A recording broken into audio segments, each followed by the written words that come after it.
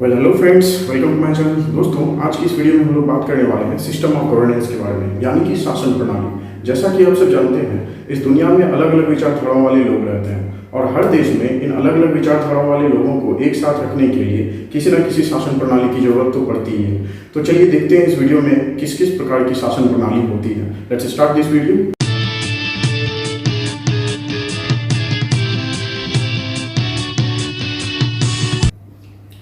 System of governance यानी शासन प्रणाली। Since ancient times, various societies have been developed in different parts of the world। मतलब कि दुनिया के अलग अलग भागों में प्राचीन काल से ही बहुत ही अलग अलग प्रकार की सोसाइटीज डेवलप हुई हैं। एग्जाम्पल के तौर पर अफ्रीकन सोसाइटीज, उनकी कल्चर टोटली डिफरेंट होती है। फिर Egyptian societies, Indian societies etcetera, ऐसी बहुत सारी सोसाइटीज डेवलप हुई हैं प्राचीन काल से ही। और इस तरह से हर एक सोसाइटी को गवर्न करने के लिए कोई ना कोई सिस्टम ऑफ गवर्नेंस की जरूरत तो पड़ी ही है। ठीक, मतलब कि हर सोसाइटी को सही से सुचारू रूप से चलाने के लिए एक शासन व्यवस्था की जरूरत पड़ती है, जिसे सिस्टम ऑफ गवर्नेंस हम सब कहते हैं। तो समय के साथ साथ बहुत सारी सिस्टम ऑफ गवर्नेंस डेवलप हुई है। हम देखते हैं आज इस वीडियो में सिस्टम ऑफ गवर्नेंस के कुछ एग्जाम्पल्स क्या क्या है। जैसे कि पहला फ्रेंड्स, ऑटोक्रेसी। ऑटोक्रेसी वो सिस्टम ऑफ गवर्नेंस है जिसमें कि कोई एक आदमी बहुत ही ज़्यादा पॉपुलर हो जाता है और फिर वही पॉपुलर व्यक्ति शासन करना शुरू कर देता है अपने समाज पर। तो इस तरह की शासन पद्धति को ऑटोक्रेसी कहा जाता है। Second one is aristocracy. Aristocracy में रिच लोगों का शासन होता है, मतलब समाज के जो धनी वर्ग के लोग होते हैं वही शासन करना शुरू कर देते हैं। ठीक, तो इस प्रकार की शासन प्रणाली को एरिस्टोक्रेसी कहा जाता है। Third one is monarchy. Monarchy means Kings rule, मतलब किंग या क्वीन शासन करना अगर शुरू करे तो इस सिस्टम ऑफ गवर्नेंस को मोनार्की कहा जाता है। फिर डिक्टेटरशिप। डिक्टेटरशिप में एक सुप्रीम कमांडर हो जाता है, जैसा कि आप सब जानते हैं नॉर्थ कोरिया में भी है, और वहां पर जो शासन होता है वो डिक्टेटरशिप कहलाता है। फिर डेमोक्रेसी। डेमोक्रेसी मतलब लोकतंत्र। आप जानते हैं लोकतंत्र में वोट से फैसला होता है, बहुमत का शासन, ये लोकतंत्र है, दैट इज डेमोक्रेसी। फिर रिपब्लिक। रिपब्लिक मतलब दोस्तों कि पीपल्स रिप्रेजेंटेटिव्स रूल, मतलब कि लोग सर्वोच्च पद के जो एडमिनिस्ट्रेटर होते हैं उनको डायरेक्टली या इनडायरेक्टली खुद ही इलेक्ट करते हैं, दैट इज कॉल्ड रिपब्लिक। तो ये सारे सिस्टम ऑफ गवर्नेंस को हम सब आज इस वीडियो में पूरी डिटेल में समझेंगे। तो चलिए फ्रेंड्स देखते हैं सबसे पहले ऑटोक्रेसी को। तो ऑटोक्रेसी में one man becomes so popular that he is seldom opposed, मतलब कि एक आदमी इतना ज़्यादा पॉपुलर हो जाता है कि उसके विरोधी कोई नहीं होते हैं, शायद ही उसका कोई विरोध करता है। जैसा कि इसका एग्जांपल आप देख सकते हो सेकेंड वर्ल्ड वॉर के टाइम में जर्मनी में हिटलर और उसकी नाजी पार्टी। तो यहाँ पर हिटलर एक ऑटोक्रेट थे क्योंकि उनको सभी लोगों का समर्थन प्राप्त था उनके कंट्री में, दैट्स वाई वो बहुत ज़्यादा पॉपुलर हो गए थे और वहाँ पर जो शासन चल रही थी वो ऑटोक्रेसी थी। The followers of the one man get privilege. Autocracy में क्या होता है कि जो ये पॉपुलर मैन होता है, इसके जितने भी फॉलोअर होते हैं उनको विशेष अधिकार मिलता है, उनको प्रिविलेज मिलता है। Those who disagree with his beliefs suffer. और जो लोग उसकी जो दशा होती है, मतलब जो सोच होती है ऑटोक्रेट की, उससे अगर जिसकी सोच नहीं मिलती है तो समाज के वैसे लोग बहुत ही कष्ट झेलते हैं। Not good for all common people. Clear है, ऑटोक्रेसी ऐसी शासन व्यवस्था है जिसमें कि जो पॉपुलर व्यक्ति है उसकी विचारधारा से जिनकी विचार मिलती है उन्हें तो फायदा होता है, लेकिन जिसकी विचारधारा जिन लोगों की उनसे नहीं मिलती है उन्हें बहुत ज़्यादा नुकसान झेलना पड़ता है। तो सारे कॉमन लोगों के लिए ये सिस्टम तो बिल्कुल ही सही नहीं है। Good for the people of same ideology as that of autocrat. तो किसके लिए ये ऑटोक्रेसी वाली सिस्टम सही है? उन लोगों के लिए जो कि उसके समर्थक हैं। बस जो ऑटोक्रेट, जो पॉपुलर व्यक्ति जो हो गया है, उसके समर्थक जितने लोग हैं केवल उनके लिए ही ये सिस्टम सही होता है, अदर किसी के लिए सही नहीं होता है। तो देखते हैं फ्रेंड्स नेक्स्ट, एरिस्टोक्रेसी। एरिस्टोक्रेसी ऐसी शासन व्यवस्था है जिसमें कि धनी लोग शासन करते हैं, हम लोग ये जानते हैं। और ऐसी शासन व्यवस्था में there is social rank and discrimination. यहाँ समाज में रैंकिंग होने लगती है कि कुछ लोग मतलब हाई क्लास के होते हैं, माने जाते हैं, कुछ लोगों को लो क्लास माना जाता है। तो इस तरह से समाज में रैंकिंग कर दी जाती है एरिस्टोक्रेसी में। क्लियरली रिच पीपल टॉप पर रहते हैं, रिच पीपल इसमें सुप्रीम होते हैं। उसके बाद पुअर पीपल आर एक्सप्लॉइटेड। तो एरिस्टोक्रेसी में गरीब लोगों का शोषण किया जाता है, बहुत ज़्यादा उनको एक्सप्लॉइट किया जाता है। Not good for common people. ये सिस्टम ही कॉमन पीपल के लिए तो सही नहीं है। It's good only for rich people. ये सिस्टम सिर्फ अमीर लोगों के लिए सही है। तो मोनार्की, अब नेक्स्ट देखते हैं फ्रेंड्स मोनार्की को। मोनार्की यानी राज व्यवस्था। तो इन मोनार्की द किंग और क्वीन इज सुप्रीम।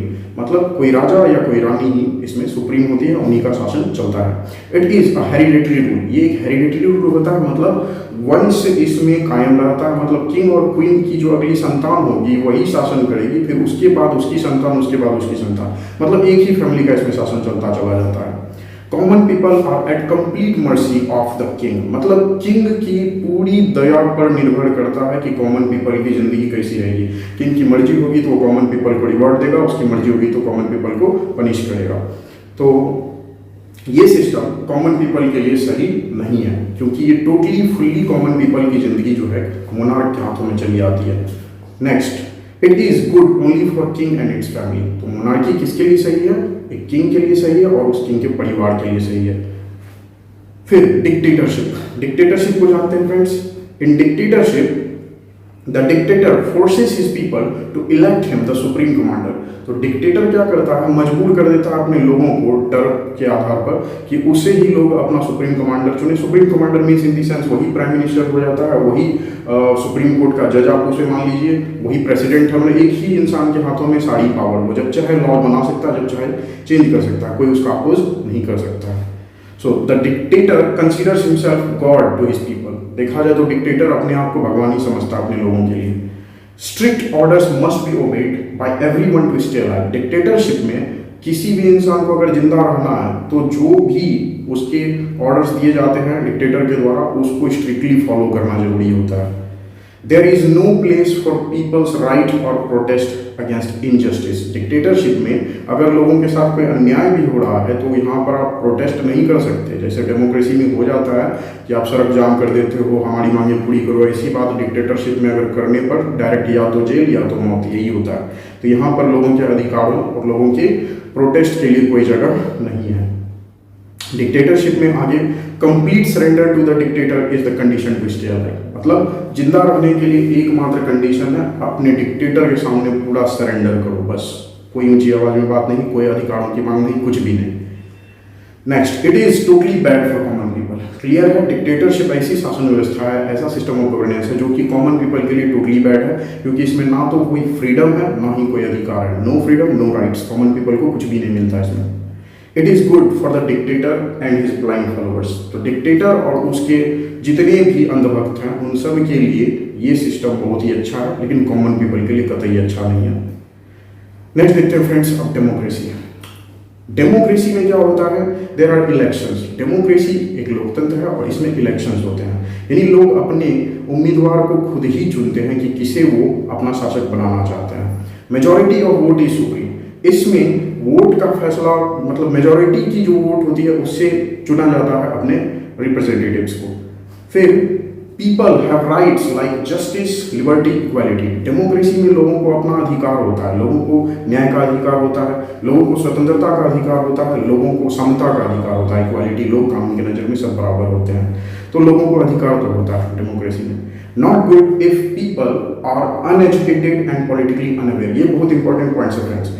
डेमोक्रेसी भी गलत साबित होता है अगर लोग अनएजुकेटेड हों और अगर पॉलिटिकली अनअवेयर हो, तो ऐसे में इन लोगों को लालच दे करके, जातिवाद का हवाला दे करके किसी भी तरह से इनको लुभाना आसान हो जाता है और इनकी वोट का फिर मिसयूज करके कोई भी गलत इंसान पावर में आ जाता है। तो डेमोक्रेसी एक अच्छी शासन व्यवस्था है, मगर उसके लिए लोगों का एजुकेटेड होना और पॉलिटिकली कॉन्शियस होना बहुत ज़्यादा जरूरी है। So it's better only if common people are wise, educated and politically aware, अगर कॉमन पीपल बुद्धिमान हो, एजुकेटेड हो यानी शिक्षित हो और अगर पॉलिटिकली अवेयर हो, तभी डेमोक्रेसी सही मायने में एक अच्छा शासन व्यवस्था है, नहीं तो डेमोक्रेसी भी गड़बड़ है।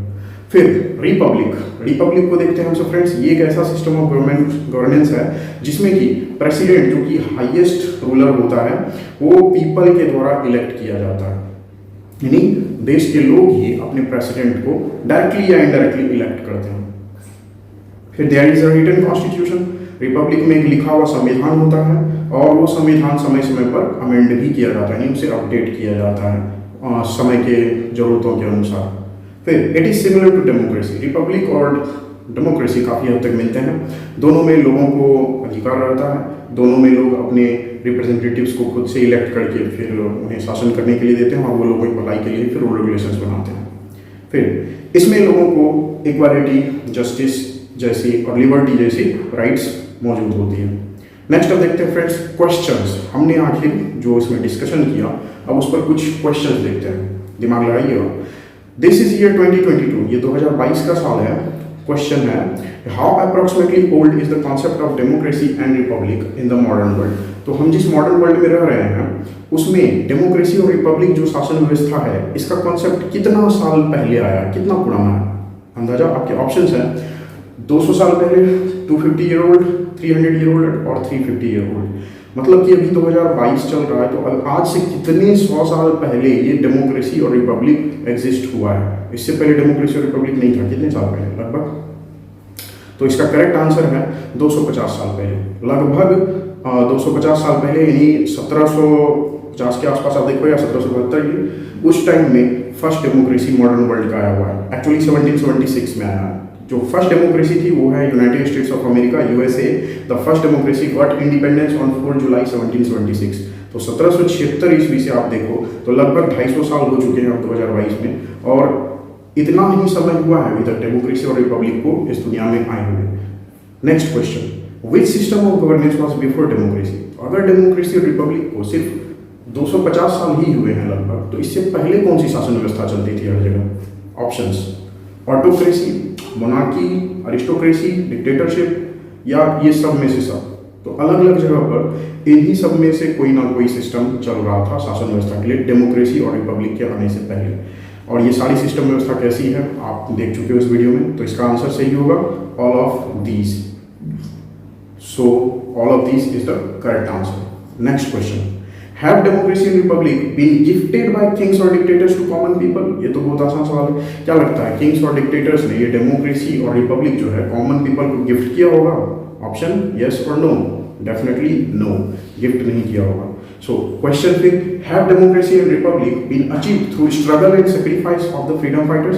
यानी क्या लोगों ने संघर्ष किया था फ्रीडम फाइटर्स ने अपनी आज़ादी के लिए, डेमोक्रेसी पाने के लिए? सवाल है, और इसका जवाब होगा यस, बिल्कुल उन्होंने संघर्ष किया था अपनी आज़ादी को पाने के लिए। Isn't it necessary to secure democracy and republic from the conservative people? अब कंजर्वेटिव लोग क्या होते हैं, वो चाहते हैं कि जो पहले का सिस्टम था वही सिस्टम चलता रहे। तो क्या ये जरूरी नहीं है कि डेमोक्रेसी और रिपब्लिक जो कि इतनी मेहनत संघर्ष से हासिल किया गया है उसे बचाया जाए? यस, डेफिनेटली इसे बचाने की जरूरत है। और कैसे बचाया जा सकता है? पॉलिटिकली अवेयर होकर के। So how does the conversion of system of governance happen. आखिर सिस्टम ऑफ गवर्नेंस जो इतने सारे हैं, autocracy, aristocracy, monarchy, dictatorship, republic, democracy, इन सब का कन्वर्जन कैसे होता है? क्या पीसफुली, बहुत ही शांतिपूर्वक तरह से ये सिस्टम चेंज होता है, या फिर वायलेंटली, बहुत ही ज़्यादा खून खराबे के साथ? तो जवाब है वायलेंटली। कभी भी जब कोई सिस्टम ऑफ गवर्नेंस का ट्रांसफर होता है तो वो बहुत ही ज़्यादा ब्रूटल होता है, बहुत ज़्यादा वायलेंट होता है, बहुत सारे लोगों की जान चली जाती है उसमें। Next question, which option shows the most appropriate arrangement of the following system of governance according to the pattern of their succession। मतलब कि नीचे आपको कुछ ऑप्शंस दिए गए होंगे, ये है ऑप्शंस ब्लैक कलर से, ठीक। अब इन ऑप्शंस में से आप देखिए कि ये जो 6 सिस्टम ऑफ गवर्नेंस है ये किस तरह से एक दूसरे की जगह लेते हैं। मतलब पहले कौन सा सिस्टम ऑफ गवर्नेंस होता है, उसके बाद उसकी जगह कौन लेता है, फिर उसके बाद तीसरा सिस्टम ऑफ गवर्नेंस कौन आता है। तो ये एक पैटर्न की तरह है जो कि 4 ऑप्शंस आपके सामने दिए हैं। इसमें से मोस्ट सुटेबल जो ऑप्शन है वो है आपका ऑप्शन नंबर 1। मतलब कि सबसे पहले ऑटोक्रेसी, यदि कोई मान के चलिए कि प्रिमिटिव समाज होता है, वहाँ पर कोई एक व्यक्ति बहुत पॉपुलर होता है तो वो अरिस्टोक्रेट बनता है। फिर वो अरिस्टोक्रेट कुछ दिनों बाद अपने आप को डिक्टेटर बनाता है, फिर तो डिक्टेटरशिप आ जाती है। फिर वो डिक्टेटर कुछ दिनों बाद अपने ही फैमिली का रूल चलाना चाहता है, तो मोनार्की इस तरह से आ जाती है, राजतंत्र। और फिर मोनार्की के बाद जो मोनार्की में जो रिच पीपल होते हैं, जब मोनार्की खत्म होती है तो वो रिच पीपल ही उसकी जगह लेते हैं, ठीक। और फिर धीरे धीरे कॉमन लोगों को पता चलता है कि उनका भी कुछ अधिकार है, फिर लोग डेमोक्रेसी की डिमांड करते हैं, संघर्ष करते हैं उसके लिए, और लोकतंत्र आता है। और डेमोक्रेसी के बाद कोई भी कंट्री रिपब्लिक बनती है, उसका अपना संविधान लागू होता है, और इस तरह से फाइनल फॉर्म ऑफ गवर्नमेंट जो है वो रिपब्लिक है। तो इस तरह से हमारा ऑप्शन नंबर 1 यहाँ पर बिल्कुल सही है। अब एक सवाल, which system of governance you wish to have for you and your country. ये सवाल आपके लिए है फ्रेंड कि आप खुद के लिए और अपने देश के लिए कौन सा सिस्टम ऑफ गवर्नेंस चाहेंगे। आपके ऑप्शंस ये हैं autocracy, aristocracy, democracy, dictatorship, monarchy, Republic, कुछ भी। आप इन सब में से आपके लिए क्या सबसे अच्छा आपको लगता है, इसका जवाब फ्रेंड्स आप कमेंट बॉक्स में दें। ठीक, मुझे आशा रहेगी कि आपने इस वीडियो को समझा और आपको ये वीडियो काफ़ी हेल्पफुल लगा होगा। तो उम्मीद है कि आप अपनी पसंद की system of governance comment box में जरूर लिखेंगे। इस वीडियो में इतना ही फ्रेंड्स, थैंक यू। मिलते हैं नेक्स्ट वीडियो में, तब तक के लिए धन्यवाद। जय हिंद, बाय बाय।